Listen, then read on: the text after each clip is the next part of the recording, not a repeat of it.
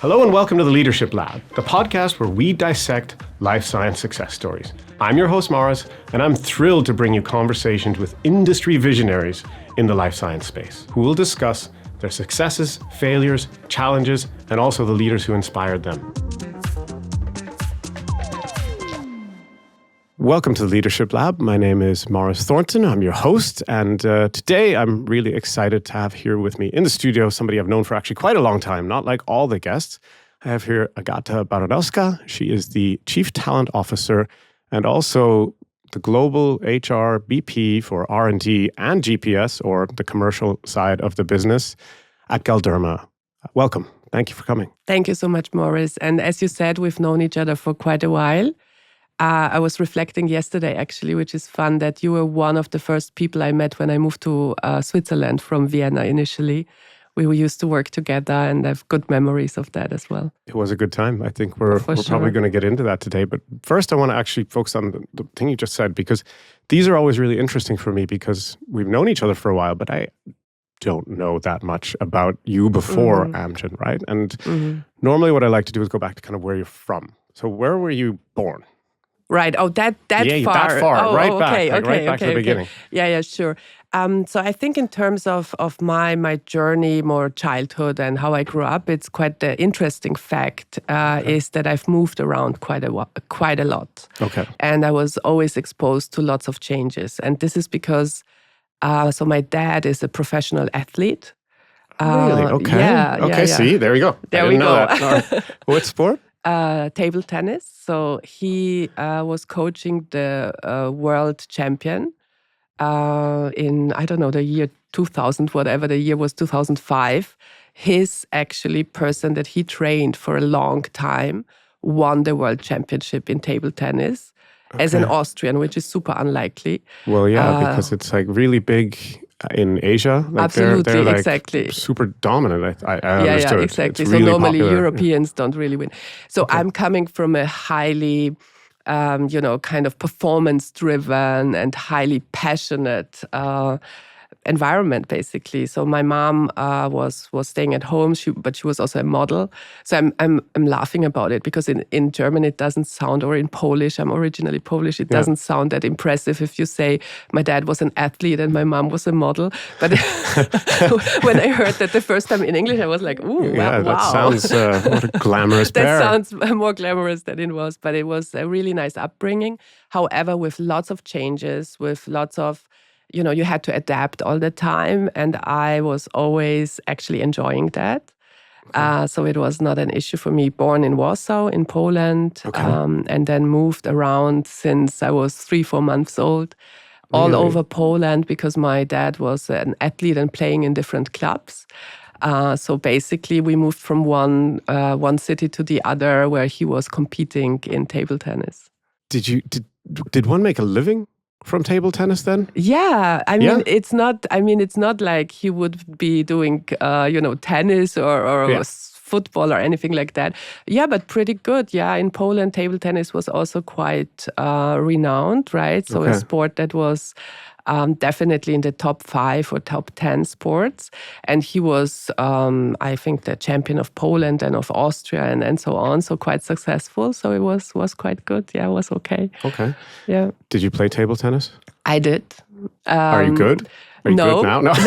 So the thing with me in table tennis is because I got, taught by my dad and other like world-class table tennis players, it looks super good, right? I look like a pro when I play table tennis, but I don't really win because I don't have practice. So yeah. Okay.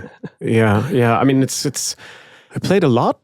I mean, over the years, just fun. But here in Switzerland, it's a pretty big thing. Like in all the Schulhause, you see there's the concrete and then the parks and everything like that. Like I didn't grow up with this kind of thing. And when I moved here, I was like, wow, they must really like it. But the moment the wind blows, it's pretty challenging to play. Exactly, right. So it was never my thing. But I grew up with seeing how people are, competing, how it's important to put the work in, how it's important to have a goal. And it was nothing that I was very aware of because that's my normal life, right? That was my day-to-day. Only, years and years after I started to reflect, oh, actually, I've been brought up like that. I learned so the something. mindset is something that you get as a person, whether, unconsciously or almost, right? So you're not that aware as a kid. Yeah, and then I was moving around in Poland for a long, long time. And then my parents in, I think, 1980 or something like that, where actually my dad was asked to come to Austria and take over some quite successful table tennis club in Austria. And my parents didn't want to, which is very untypical because normally you would have people from Eastern Europe who really are keen to get into the Western part of Europe. Right. But they didn't want to. They had so many friends and family and really a good life. But ultimately the offer was so good. So we moved. And so I grew up then in Kuchel in Austria in a very small village in the mountains in Salzburg, close to Munich. Okay. And yeah, had a really nice time. And after that, I again moved all the time. I think one thing that was quite interesting, I moved back to Poland when I was 11.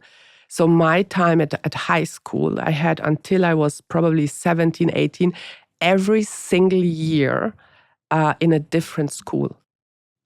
So the level of flexibility, adaptability and I don't know, tolerance for new and openness to get to know a new situation, new people, new teachers, all of that was through the roof. Did you ever protest? No, it was my life. I thought that's quite normal. So I didn't know anything else, right? I was like, oh, okay, where do we live? We will live now in Kuchel for like 7-8 years, so quite a long time, so really nice. But then we moved back to Warsaw, which was quite an experience during still communism at that time, right? For a year in a Polish school, which was quite something different. And so that would have been right around the time when the wall came down. Yeah, right? exactly. Just right after you moved back. Yeah, exactly. Okay. But after 7-8 years, really stable, small mountain village, I mean, I guess you were just outside all the time and had friends in the streets and whatnot. And then all of a sudden, how old were you then? You were 11. Yeah. And then all of a sudden they say, oh, yeah, you're leaving here. I mean, I had the same thing happen when I was 8. Mm-hmm. But I was like, no. Well, my parents told us on April Fool's Day, which was, probably not ideal. But we were pretty devastated. Well, I was. I mean, my brother and sister were younger, but it was very difficult for me. I remember I didn't adapt very well at first. And from where to where did you go? I went from Dublin to Toronto, and it was 2 different worlds. Yeah, like completely. I mean, Anglo, so the language was the same, but the culture, everything was just so different. And I remember being pretty lost. Mm-hmm. And even not having the right words, like because the words, although it's the same languages, all the words were different, and I had a different accent, and it was kind of, I mean, I'm sure right? Because you grew up speaking Polish at home. Yeah. So exactly, yeah. So we moved when I was, I think, first time to Austria when I was 5. So I'm bilingual, right? Yeah. So I do speak Polish, but German is my main language. I think I said no, I'd rather not go to Poland, but I didn't protest because my family was there. We were going there for vacation. So it was a familiar place. Okay. I think that the real shock, but I liked it, was the school system, because it was during communism. You have to imagine in Warsaw, in a school in the city center, from a mountain village, basically in Austria, right? So that was quite different. So what was different? This is interesting. It was for instance, you were not. So the rules were so made up. Right? I mean, that's my obvious take now, right? Yeah. But as a kid, I also found you were not allowed to wear red because that's the color of the Communist Party, right? And it didn't make any sense to me because I was brought up like in a Western open society, right? So of course my view on all those rules was different than if I would have been growing up in Poland. So I was seen as a rebel. Which I was not. I was super nicely behaving, but I asked a lot of questions, of course. I was like, why can I not wear red, right? And then all those... Why could you not wear red? was seen like that's the color only for the Communist Party, don't do it. And it was really, you were not allowed to. You were sent home and nobody was wearing any red. So what I think, reflecting back then, again, 20 years later or whatever, I thought like that's why it's very ingrained in me that I'm always asking, okay, why is that actually? What purpose does it serve? Does that make any sense? What's the practical impact of it, right? And that was because of this experience that I now cherish a lot, actually. And then, of course, lots of things like you would have parades at school. You would so like in a almost a cliche that you would think. But I was suddenly living there from this mountain village, basically into the communist center of the communist world, right? In the midst of Warsaw. What was it like when it all ended, or when the wall came down? Oh, I remember that. Yeah, I bet.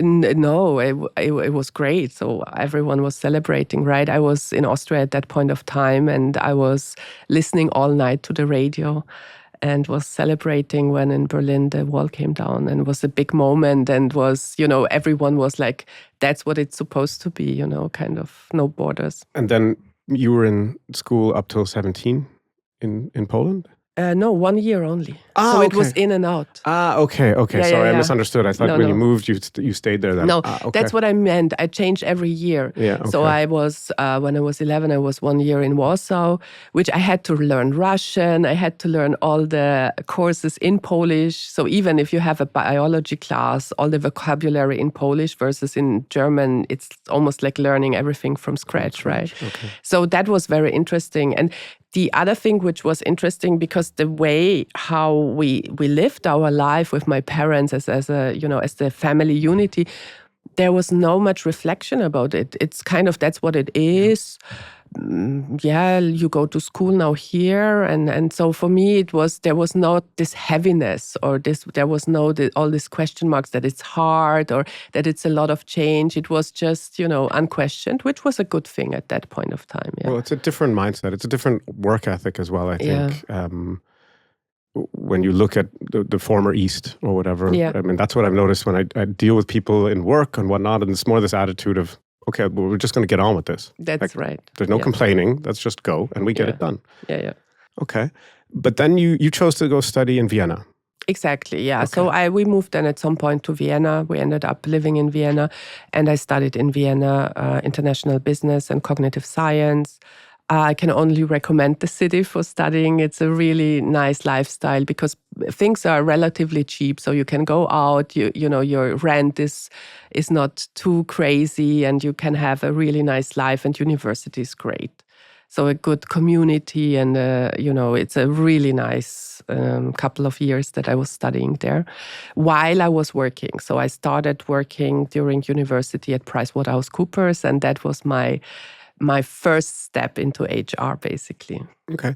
Did you have any extracurriculars, like during studying or high school? Like, was there a hobby, sport, something that you enjoyed? Yeah, actually. So I was always someone who was trying to build communities, or trying to, somehow make sure that people are supported. So for instance, when I went to high school, I founded a newspaper, and I was running a newspaper for the school, because there were so many people interested in different things, and I liked reporting, I liked writing, so I did this kind of thing a lot. Okay, so that was events at the school. Yeah, interviewed exactly. students and teachers. Yeah, and also to change maybe a little bit the culture of the school. Okay. So I was always starting movements. I was starting movements, always questioning again from my history. Why is that? Does that make sense? And I think in overall this mindset to improve things. So always, let's try to make it better. Let's move it a little bit,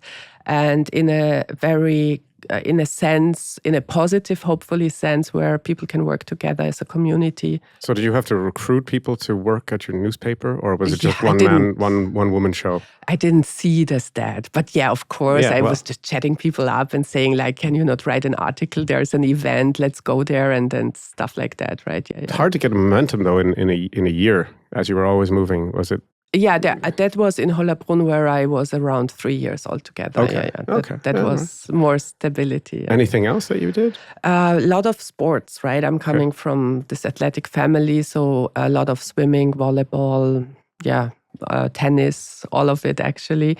And I think, again, this community building or networking or bringing people together quite a lot, and very interested in people always. So from different backgrounds and finding the common with people. So if they had, I don't know, different views on things, I was always trying to bring people together, basically. Yeah. Okay. Why HR? Because at PwC, I mean, and that was during the studies. I know you were doing HR consulting there, but That's right. But what? Because you studied cognitive science and international economics, it's not necessarily, and there weren't so many HR specific courses back then, Right?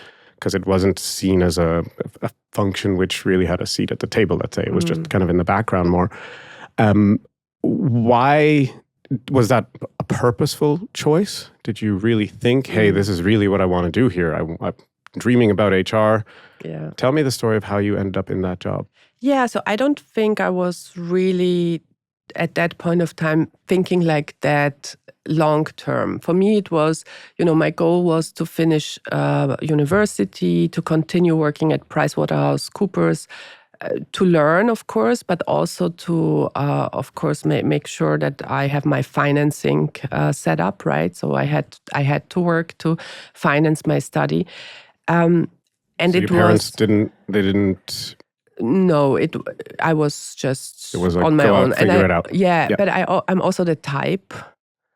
I was always very, lots of autonomy, independent, very entrepreneurial. So that was not even a question for me. I was like, okay, I want to live in Vienna. I want to study. This is how much money I need. So I need a part-time job. So that was very self-driven. And I think HR, it was very clear. So maybe not so much from my lens, but lots of people were already thinking, oh, you're good with people, but you're also good in terms of creating frameworks, thinking about stuff strategically, so you should be in HR. So I heard that so many times. Yes. Really? Okay. And also by my boss at that time. And I have to say, I had along my life always the luck to have meaningful and very valuable mentors. Yeah. So that is the theme that I'm really appreciative about that. How important do you think that is? For me, it was extremely important. And the mentors were also sometimes not always. I was also in conflict sometimes with my mentors. So they were, driving me in a direction where I did not want to go, but they still asked me questions, gave me feedback. I had an open conversation to reflect. And particularly when you're around 20 and so on, or at least I speak for myself, I did not think far enough or logical enough. I was very much in the moment and kind of go with the flow, right? And so that was helpful to get a little bit of, a different perspective, and questions that would not pop up in my mind just from myself. So to get this outside-in perspective was super important for me. And my mentors were really like a potpourri. So all kinds of people. So my husband is always making fun of me that I lived everywhere and I did all kinds of strange jobs. So maybe I'll share one that is, I think, quite funny.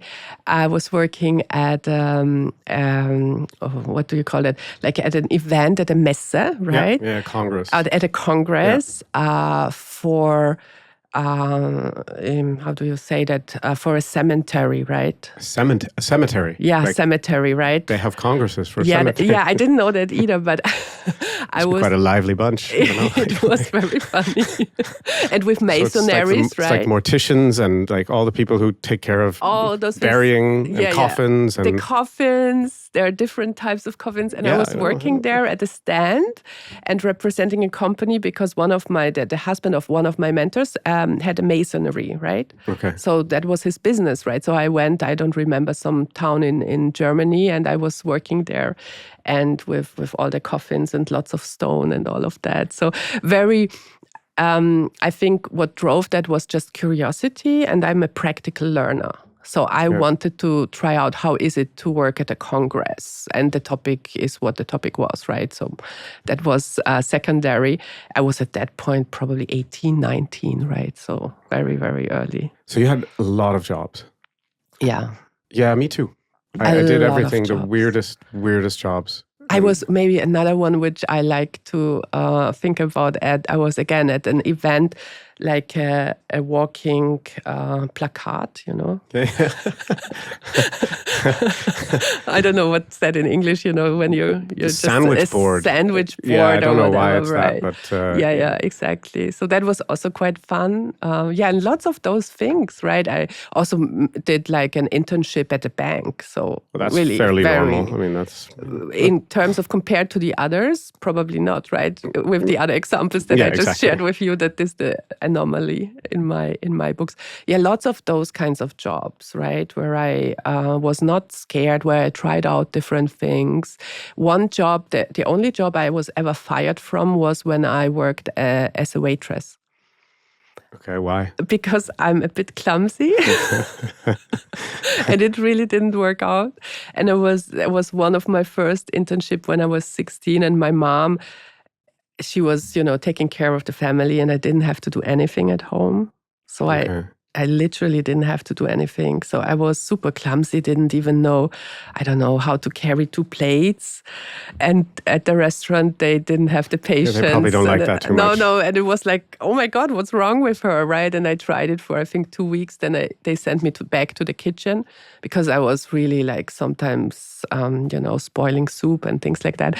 So they sent me back to the kitchen. And in the kitchen, then I burned myself because, again, I had no clue, basically. Well, you find out what you don't like. I think that's important. Yeah, exactly. I mean, I got fired from my very first job. I worked at a nursery for plants. Oh. And I had to take a wheelbarrow and load a truck. And the guys in the back, they kept just piling more and more on. And I said, no, it's too high. I can't see where I'm going. And they said, no, you're good. And I went, and somebody left a ladder in the way. And I rolled right over it, and everything just crashed down. And the owner was not a patient guy. And he just came yelling at me and told me to get out, don't come back again. That's very similar to my experience. At some point, they started yelling and like, no, we can't have her here around. Yeah, but the other jobs went quite well. So I was, always good. I think I worked a lot at medical congresses. Okay, interesting. So in Vienna at the Wiener Medizinische Akademie. So that's, an institution that organizes lots of congresses. And I was always sent to the troubleshooting. So I was the one that people would complain to, and I was able to make sure people feel comfortable and solve the issue, but also make people feel relaxed, basically. Did you seek these out, or was it just kind of somebody said, oh, hey, you should, we need somebody over here? Was it always through network, or did you? Okay. Yeah. Okay. And then your network grows, and and I was also always and still am very active. I just like to try new things. I like to engage. I'm super curious and a practical learner. So for me, reading up on things is super important to get the bigger picture and the framework. What is out there? What are the options? But then I want to try it out. I want to go back to the mentorship piece quickly, because I think that's important. Because a lot of people, they want to have mentors, but they don't know how to go about getting them. I mean, what was your experience? You mentioned that you got on that topic when you talked about your boss at PwC. Mm-hmm. Is it more that you kind of pick people up as you go in your life and you think, oh, that seems like a smart person, I should keep in touch with them? Or did you ever actively go and seek out a mentor, say, oh, you know what, that person in this organization, I think they're very cool. I don't know them, but I'm going to approach them. How did you collect your potpourri of mentors?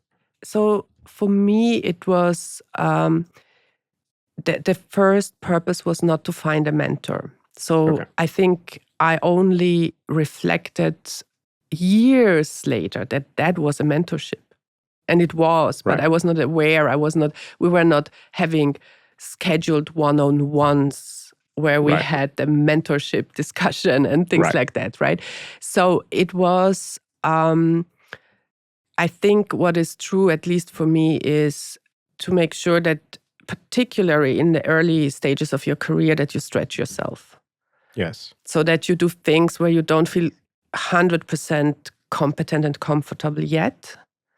Like just life. It's just life. Exactly. I'm still not there.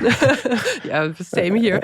And that you look to work for really good people.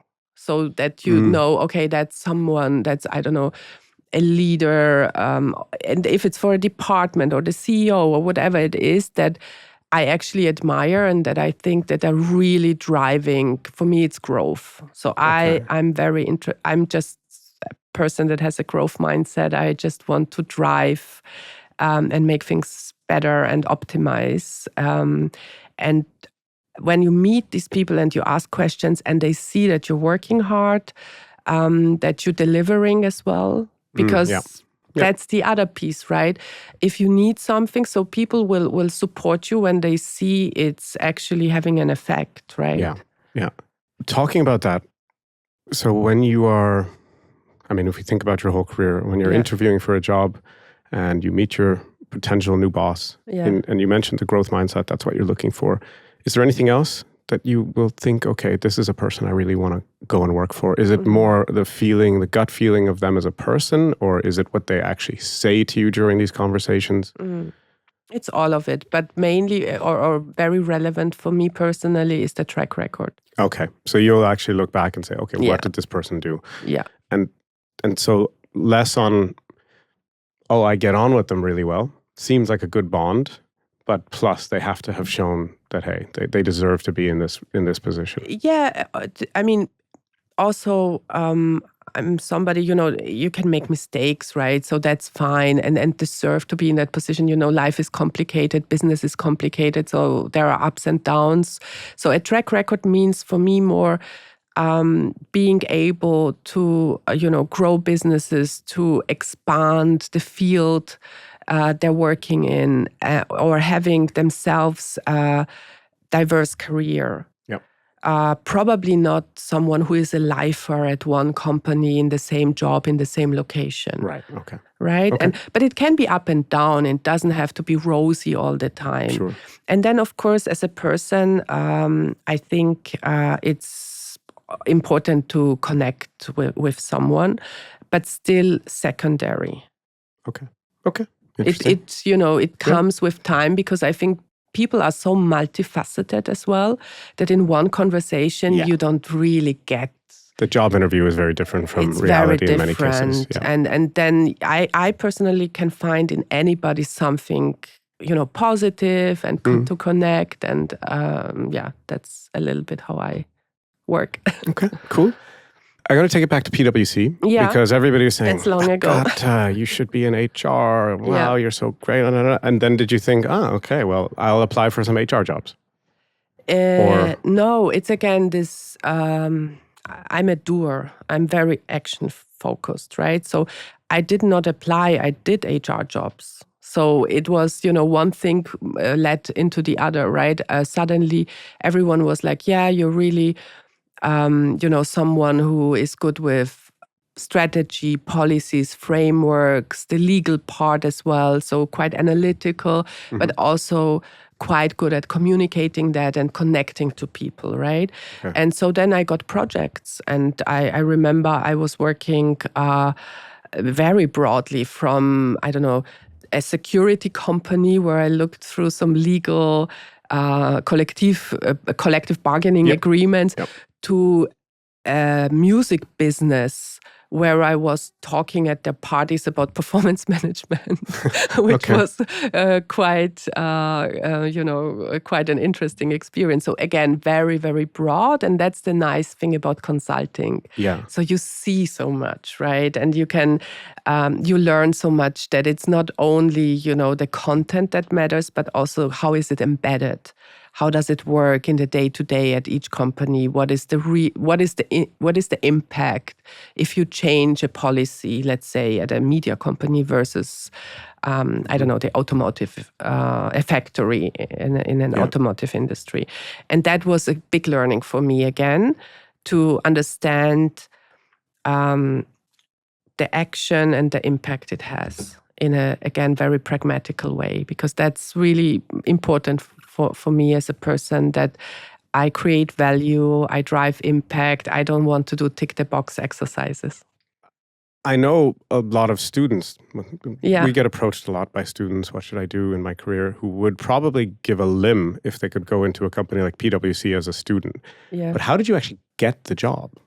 Oh, how did I get the job? I applied for the job. Okay, yeah. Yeah. And you just said, okay, I want to come in part-time. Yeah, it was a part-time job. I think I started as the assistant of a partner. Okay, so that's interesting. I want to stick on that for a minute, because so you were, it was just a willingness to do something outside of school.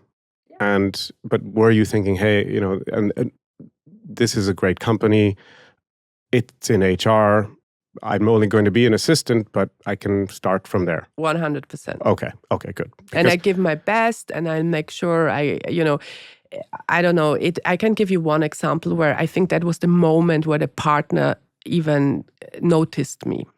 So I was there, 15, 20 hours a week, and doing like the super back office admin work, right? She had 2 main assistants, right? So think the devil wears Prada, basically. Okay. And I was so very much in the background. And then we were, not we, but she was putting together a huge offer for a huge client. And I was the one who printed it out, right? And that was before internet. I'm aging myself now, but okay. So what I did, and don't ask me why. I really don't know. I mean, reflecting now back, I really don't know why I did that. But I read up on the client that the pitch was going to, and I added to her a page of a summary of the client. How many employees they have, what's the turnover, what's the revenue, all those data. And I don't even remember where I looked it up, because that was quite tough to get the info. But I did, and I made like this head page for her. And I was actually only supposed to print out the offer. But I made this head page, and then I gave it to her. But it was, again, I didn't think I'm doing that because. Right. I was just, again, thinking about, if I would be her and I'm going there and it's quite a big, meeting, I would want to know about as much information as I can about my client, or not yet to be client, right? And that was super impressive for her. And she was like, did you print that out? And I'm like, yeah. Okay, and do you know more about it? So I briefed her, because obviously I read much more than I summarized. Yeah. And then she came with more questions to me and more work. And after 2 years, I ended up, with this media company implementing performance management for Sony BMG at that time. When you were like 21. Yeah. But not alone, of course. Right. No, I get it. Yeah. But I think it's a super valuable lesson. Yeah. To have the kind of empathy to think, okay, if I would be that person, what would be valuable for me? And then delivering kind of above and beyond. I think it's super interesting. Yeah. And our last guest also talked about that, having a bigger career and then moving to a new country where she didn't speak the language and just saying, I'll take the assistant job. Sure, I can show you. Yeah. And then really going up once they saw what she could do. So I think that's valuable for people to understand that, hey, when you're 20 and you take an assistant job, I think it's fine. Yeah. But to be able to actually then parlay that into, let's say, real consulting work while still a student is pretty impressive. And also kudos to the partner at that point of time that she gave me the chance, right? It's risky. Yeah. So I think that's also for people that are in the more senior jobs. It's very important that they take a chance on people when they see the drive. I think what I'm seeing in people that are earlier in their careers, when I see the drive, the curiosity, the interest, and also the diligence, to really want to do well, and that's something which comes across very strongly. So you can see that as a leader, right? So it's very obvious versus someone who just, is there and, tries to waits until the weekend comes and the 4 weeks or whatever the time at the internship is like, and then is looking forward to going back home. And I think it doesn't matter whether you're somebody who is, extroverted and loud and connects with people or not. As soon as, you're delivering good work and you have this not only work ethic, but also this care and diligence for a project and respect how hard it is and how much responsibility the leaders have, and are trying to be supportive and are trying to think about what's my role here, and it's not about your ego. That is what I think is appreciated. Okay, so you're studying, what year did you finish? 2002, I think. Okay, and were you still then at PwC after graduating?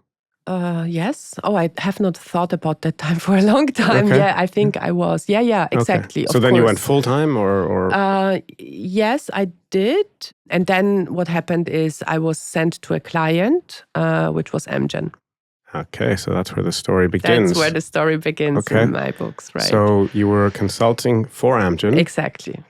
What happened then? So I will always remember that when I came into this company, and it was the Central and Eastern Europe headquarter based in Vienna. Yeah. And I've, like I said, I've worked for different clients, met different, industries and cultures, and I will never forget when I went in there. I was so impressed by the company. Yeah. And the things I was impressed by was the professionalism, how international it was. I was in Vienna, and that was the first office where I went in, and people spoke German, but the company language was English. Yeah. People were, they lived all over the world. They worked at different companies, super impressive talent. And you could sense that vibe. Yeah. And I think that's also where I recognized, because before that, I didn't do much recruitment. But there I recognized I have this little nose for talent, this little, kind of, I don't know, you have it or you don't, right? I think. So where you can sense, is somebody a good fit for a company? Does someone has potential? All of those things. And I suddenly felt like a fish in the water. Okay. And as a consultant, I did get some, offers or conversations. Would you want to join our company before? Like with other clients. Yeah. That's normal, right? That's what happens often. So I did get that, and I never wanted to join any of the companies. At an Amgen, from, I don't know, the second week, I was like, oh God, I want to work here. Yeah, I had the same experience in 2006 or 7, and they were a client. And I remember going for meetings and being like, whoa, this place is super cool. And it took 4 years from then, and it just kind of was providence that it ended up happening. Yeah. But I remember thinking like, wow, that's a company doing super cool stuff. It wasn't new anymore. I think in Switzerland at that time, they'd been there since the 90s, I think. But it still wasn't at where it is today, let's say, in terms of the size and scale of the organization. So I just remember the people were super impressive. Exactly the same. Yeah. And that's what I thought. I still remember the day where I went in and I was like, wow, the caliber of talent is just off the charts, right? Okay. So I was super impressed, and it took me a year to get hired. Okay, and how did that go? How did you end up? Did you express interest first? Yeah. Okay. So that was very planful, and I was very stressed about it, because it was for the first time that I really, really wanted a job. It was not like, okay, and then let's try this, let's try that. But I was very keen to get the job. And it was a very tough selection process. So I was filling in, I was at an ad interim HR manager at that point of time, external through PwC. Yep. So I did the job. And then after a couple of months, they said, they will fill the role now permanently. Okay. And so I expressed interest. And then I had, I think, 20 interviews, although I did the job for a couple of months. So it was very tough to get in. And in-person interviews and video interviews with the US, with Switzerland, with all kinds of people. Although I did the job, and obviously I did well, because otherwise I would have not even been considered, right? Right. And yeah, it was super stressful. It was like, I think overall a couple of weeks or even months until I got the yes. And I will again always remember it. I had the final meeting at the airport, a face-to-face, where someone from Switzerland flew in, and then this person after the interview came immediately, gave me the hand and said, "Welcome to Amgen." It was a big moment for me. Pretty cool. Yeah, it was a big moment for me. Okay. Yeah. So you started there as a manager for CE. Yeah, correct. Okay. Yeah, HR manager for CE. And then I worked my way up. And I think 4 years later, I was asked to come to the European or international, at that point it was international headquarter in Zug. And I did. When we talk about moving up, and I mean, this podcast is about leadership, and moving up usually entails becoming a leader. Yeah. How did you was that a goal for you to come to the headquarter, or the international headquarters? Was that something that you said, okay, I want to do that, therefore I'm going to be sure I get well networked, I'm going to get promoted by doing X, Y, Z? Or was it just, hey, I'm going to put my head down and do my job? Was it thought out? No, it was not thought out. I'm gonna be honest. Yeah. It was, but what was thought out, or what was always part of my story, is that I was and am extremely ambitious. So I did not think, what does that concretely mean? I did not have in mind what job that is, or that it needs to be headquarters, or that it needs to be a different country. But I was definitely always, after at least max a year, getting impatient with my role. And I also got promoted every year, particularly at the start of my career, right? At some point it's flat, obviously, right? But at the very first couple of years, a promotion every year, and that expansion of the job and all of that.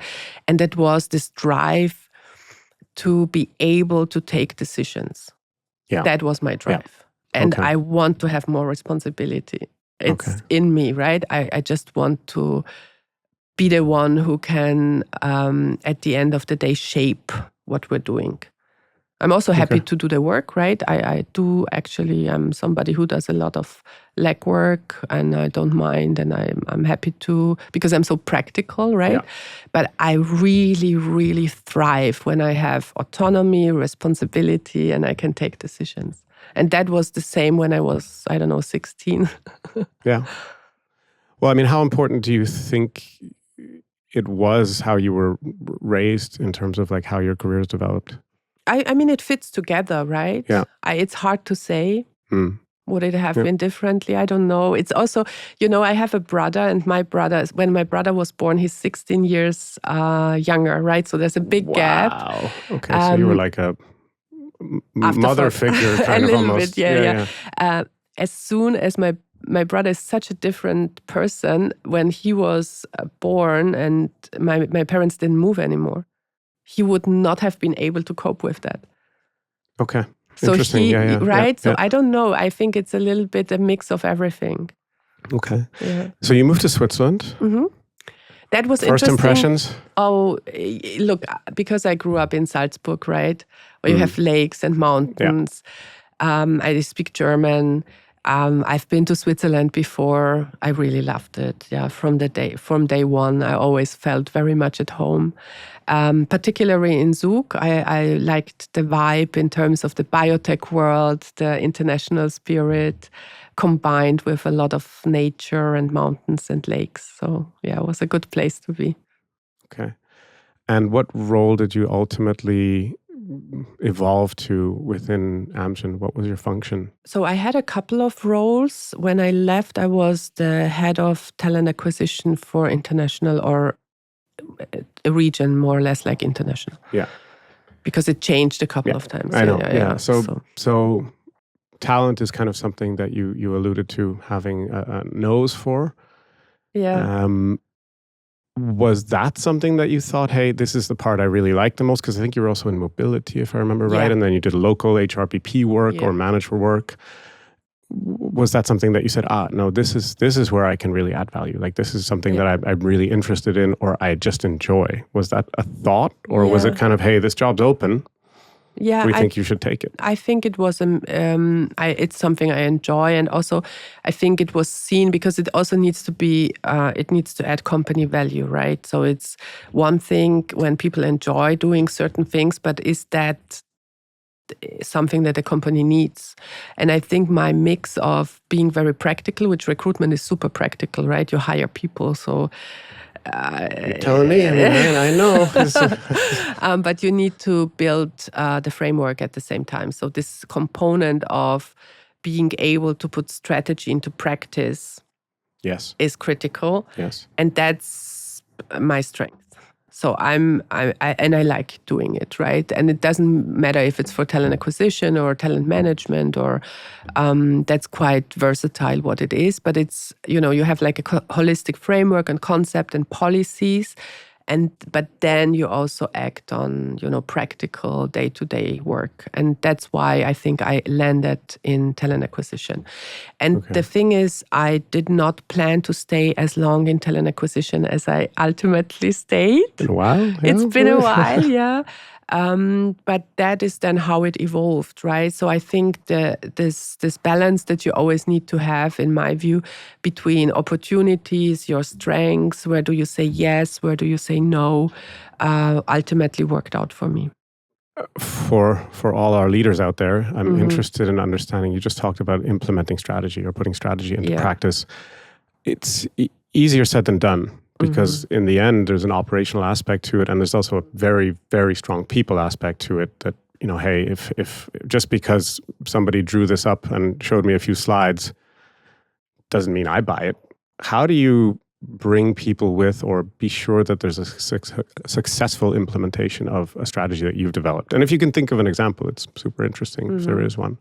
Yeah, there is one.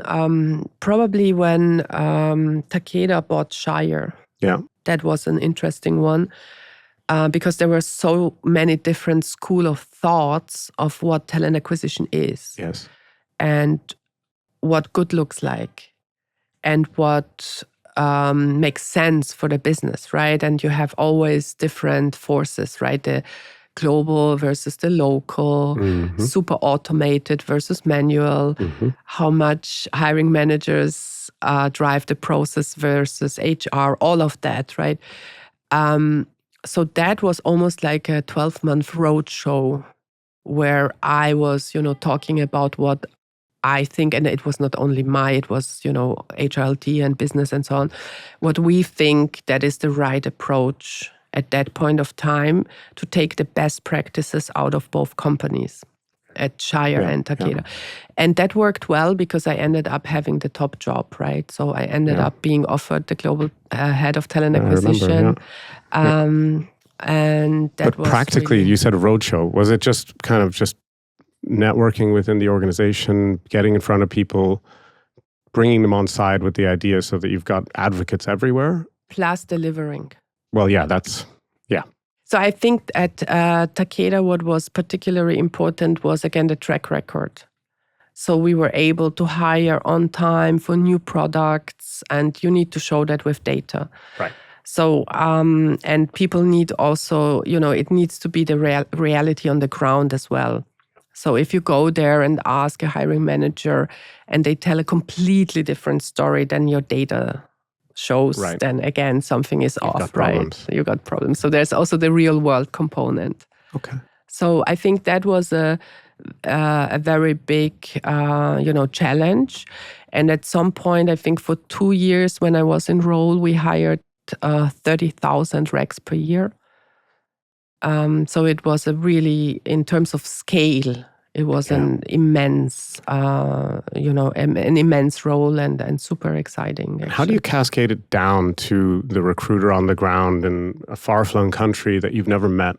How do you ensure that through the organization, people are speaking the same languages and doing the same thing?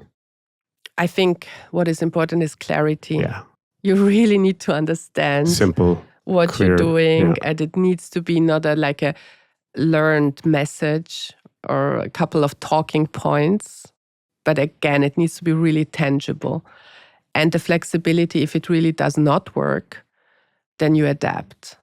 So I think the overall vision and what we're trying to do at that point of time was very clear, simple, always the same. People bought in. I think my direct reports at that time were all very aligned with what we're trying to do. It was very clear where are the issues and how we're going to solve it. And honesty as well. Yeah. So not pretending it's working if it's not. Yep. Okay. I'm going to jump back to Amgen, right? Because we got onto a whole other part of your journey.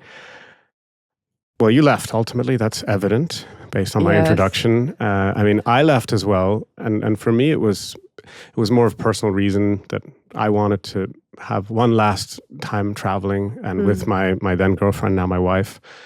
And when I tried to leave, they actually offered me a better job and more everything. And then I went back to her and said, "Hey, I've got like a really good offer. I'm thinking about it, and this could mean maybe in the future we'd be in California too, and that could be really cool." And she was like, "Yeah, but I already quit my job. They didn't offer me anything, so hey, like we're gonna go." And I said, "Yes, okay, it's true." I mean, and it was a good call for me in the end, but very tough to walk away from. And I wasn't there that long. What was the ultimate like driving reason, or what was the reason that you decided to move on? Because it's hard. A lot of people don't. No. And that's one of the things, because you asked me before, was it a conscious choice? Was that in the plan and all of that? And that was a moment in my career which was a conscious choice and which was consciously taking a huge risk. I was, feeling super comfortable at Amgen. It's an amazing company. I've been there for almost 9 years. Yeah. I knew everyone. I had opportunities very similar to you. I got a really, really nice offer that I was, that was interesting for me and career-wise as well. And there's no reason to leave Amgen if you're doing well. I mean, it's simply you don't do that, right? And I was very aware about all of that. And still I left. And the only reason was because I thought I want to make sure that I have, again, a bit of more variety in my life. I don't know what it's going to be, because you don't know, right? It can work out, it can not work out, you never know. But here it was too predictable in a certain way, right? Yeah. And I thought, no, I just need to jump, because if you don't jump at a certain point, that's it, right? And that would have been a super fair option, but that's just not me. I'm a risk taker to a certain extent, right? So it was, I jumped and went to Alexion at that point of time. And for me also, career-wise, what was probably a little bit of a step back, I went again into talent acquisition, because if you go to a new company, typically they want you in a role that you've already done. Yep. Because there's many different factors changing. Exactly. But if you know the role, you don't know the people, you don't know the culture, you don't know the processes. Yeah. And normally I would have not done that, right? At Amgen, I would have changed out of talent acquisition, done something else in a different country, right? But I did decline the offer, and I went to, again, same job, different company, different people, different culture. They looked for a while for that, if I remember right. That job, I remember, was open because we had obviously talked to a lot of people, I think, who interviewed for it. And I remember we talked, and you're like, I think I'm going to go for this one. And I was like, oh, you're going to do that job. Okay, interesting. What was it like going from one to the other? So I like the saying, you don't know what you don't know. And it's so true. So I did not know how different a company can be. And I mean, Alexion, again, is a great company, right? So it's not better or worse, but how much things that I was not even aware that are normal for me, you need to actually, you need to build, and you need, there is a common understanding of how things work if you're for a long time into one company. Yes. And that is not a universal law that things work like that. No. So I went into and everything was different, and it was difficult for me, I have to say, because I really, like I said, I felt like a fish in the water at Amgen, and Alexion was great, and people were amazing, but some things were just, not that smooth, or I couldn't just push them and implement them as quickly as at a company where I knew everyone, where I knew the ways of working and the ways of delivering. Well, I mean, Amgen was already there for 2 decades, maybe by the time you arrived. So it's like well-oiled machine, very smoothly running. The product map is there. You know exactly what you have to hire against. It's done. And Alexion was just born off kind of one product, rare disease, kind of the first rare disease company, totally different model. Correct. And then they opened up here. And I think they'd been established for a few years, but it takes time to build those types of things. And people came from different, and what you also have at Amgen, people are there for a long time, right? Yeah. So everyone understands the ways of working, right?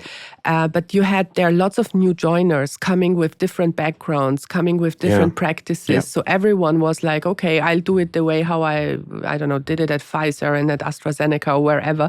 And then you had the mix of people. And then again, what does good look like, right? And particularly if you're in talent acquisition, what's the talent profile we're looking for? And people are using words differently, right? So until you establish the language, the common understanding, so there was a lot of things that were, for me, I was really, I learned a lot. And I remember a very, very nice colleague of mine said, because I was struggling at some point, I thought like, it's not going the way I want to. And she said, and I said, and I'm not learning anything.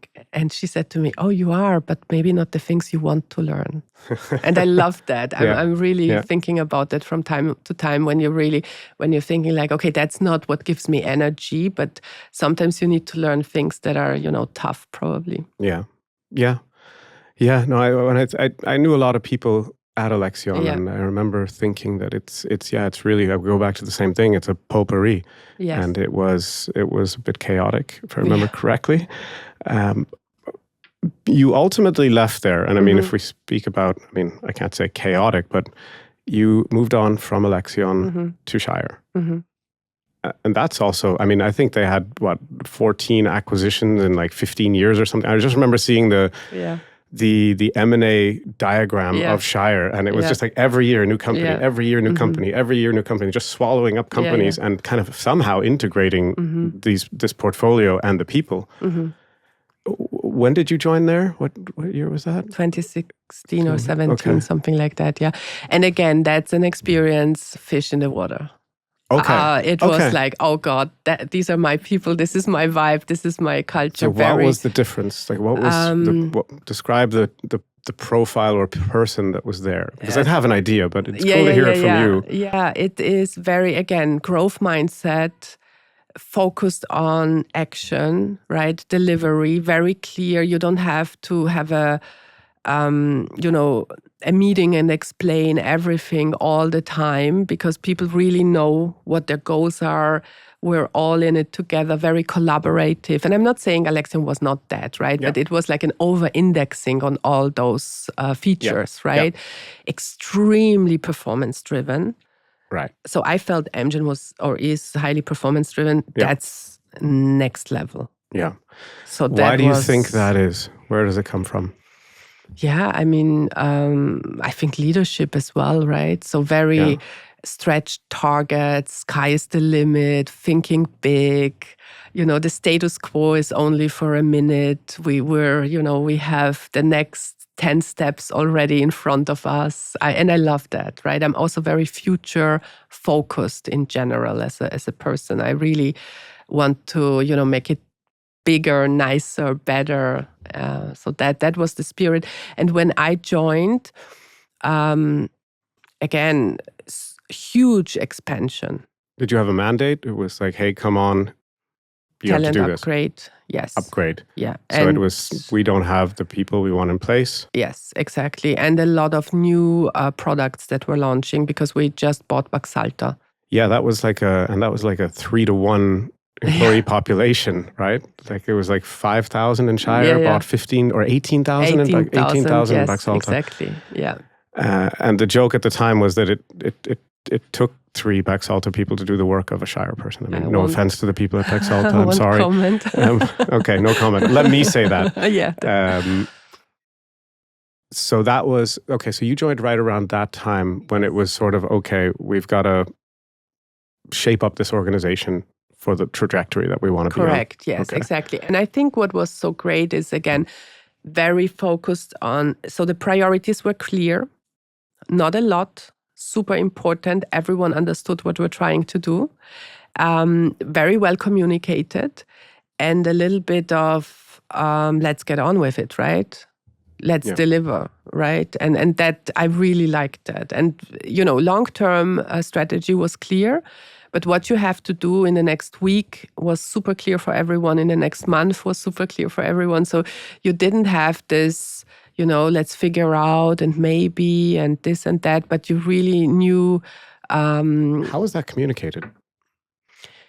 Again, very structured, very centralized. So Shire was very globally, so very, very, there was a global understanding of how to do things. So talent acquisition, for me, the best machine I've ever seen was Shire, and led by Eileen Rivera, who's now at Biogen. I mean, amazing person, was my boss at that time.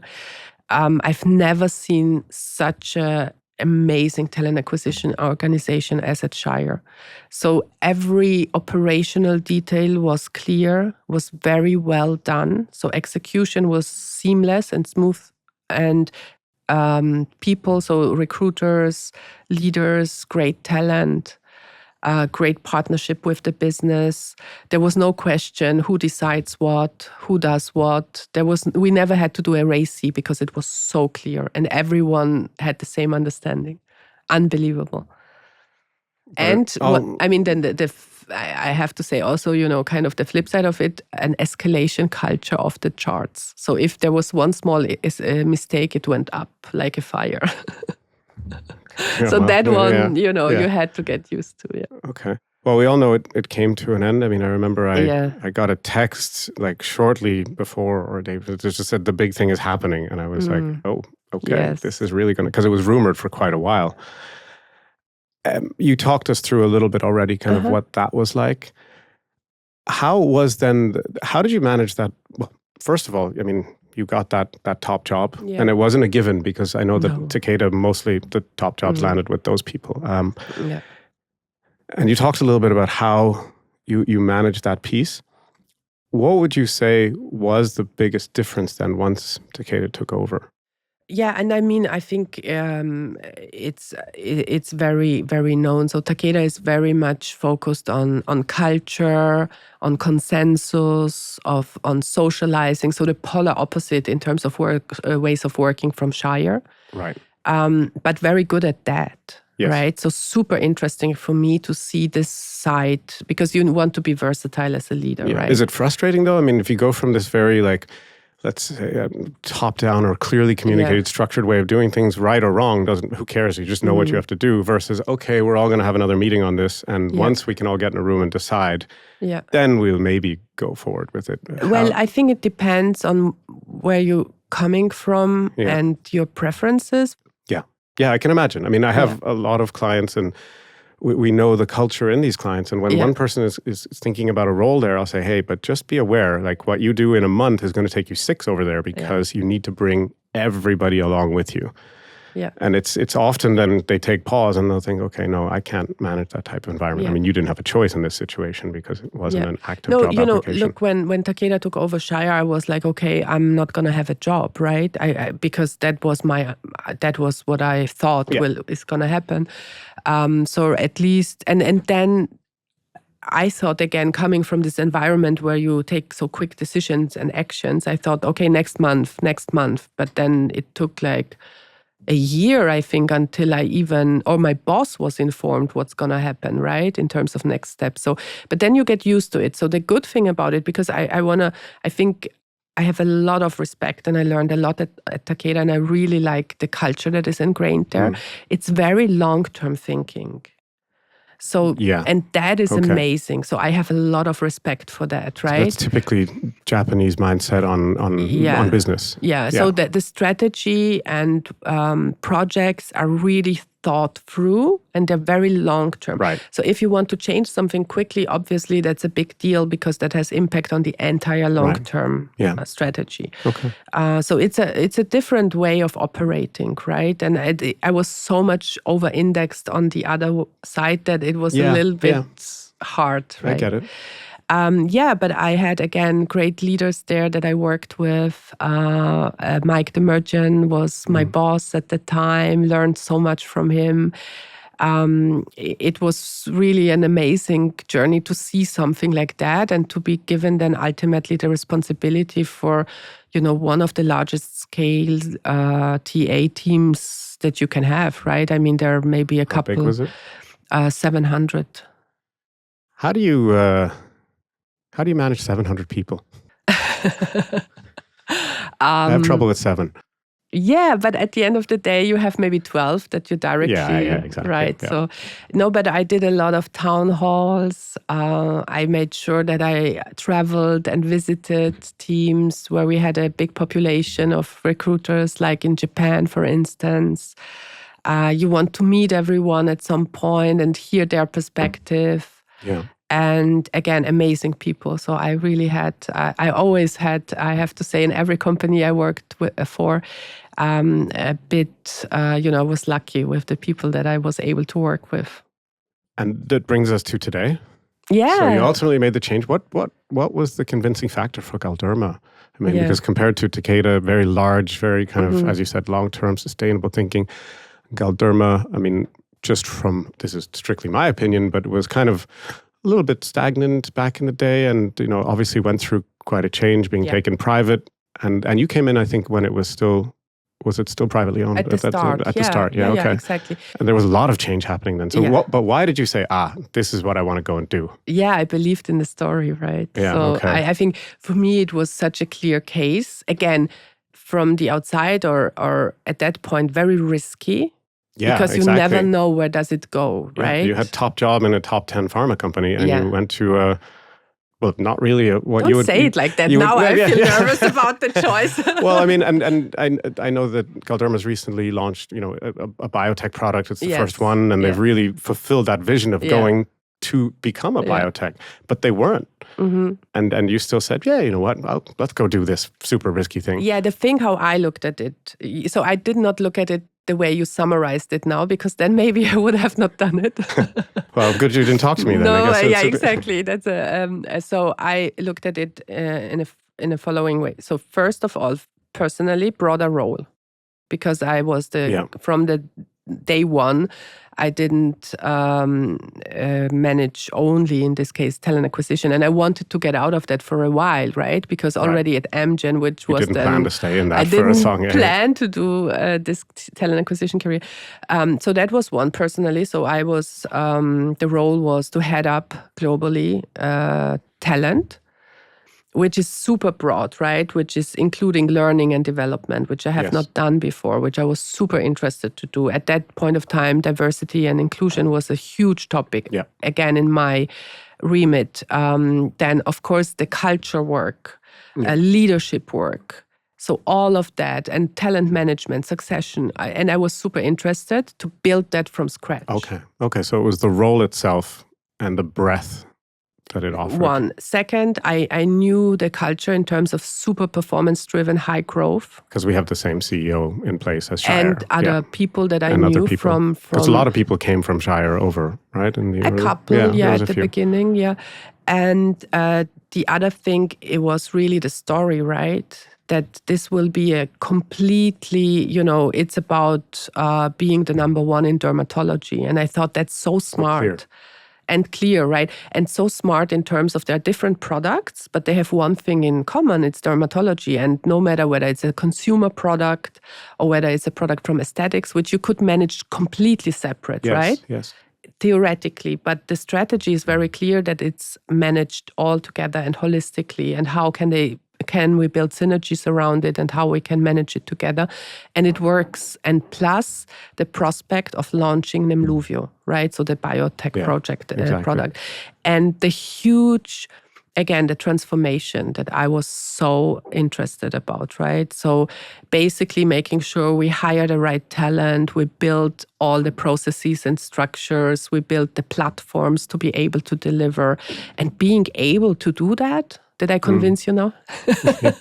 So for me, it was a very clear case. Yeah, and I mean, look, I'm not dissimilar. You know, I would prefer to have something a little bit riskier, messier, something where I can have a broader impact. I think that that's super important. That kind of brings us up to today. Yeah. What we like to close out with is called a Mentorship Minute. Okay, and what that is kind of, you've given some really good advice already, I think, for those people who are early in career and still in developing. But if we're going to close out on something, what advice would you give somebody who wants to be, let's say, a chief talent officer one day? What's the one little kernel you can pass on? I love this question. And so for me, it's very clear. Get to know yourself really well. Okay. What I mean by that is be honest to yourself, right? Non-judgmental. Don't feel bad if you're not good at certain things. Be very honest and try and ask people, whether it's friends, family, business people, to give you feedback, to really understand what is my strength. Yeah. Like honestly and truly. Not what you would want that your strength is, right? We all have that. And sometimes it doesn't overlap, right? And build on that, right? And that's your asset. And then, of course, put a lot of energy and hard work and be open and go for it and take some risk. Amazing. That's Agata, my advice. Thank you very much. Extremely clear. I loved it. Thank you so much, Maurice. It was great talking to you today. Thank you for the opportunity. Thanks for tuning in to this episode of the Leadership Lab, where we dissect life science success stories. If you enjoyed that, please check us out and follow on Spotify under Leadership Lab. If you don't want to miss any episodes, be sure to follow Headcount on LinkedIn or subscribe to the Headcount YouTube channel. And as always, we thank Headcount for making this possible. If you don't want to miss out on any of the latest job opportunities in the life sciences industry, please check out the newest roles at headcount.ch.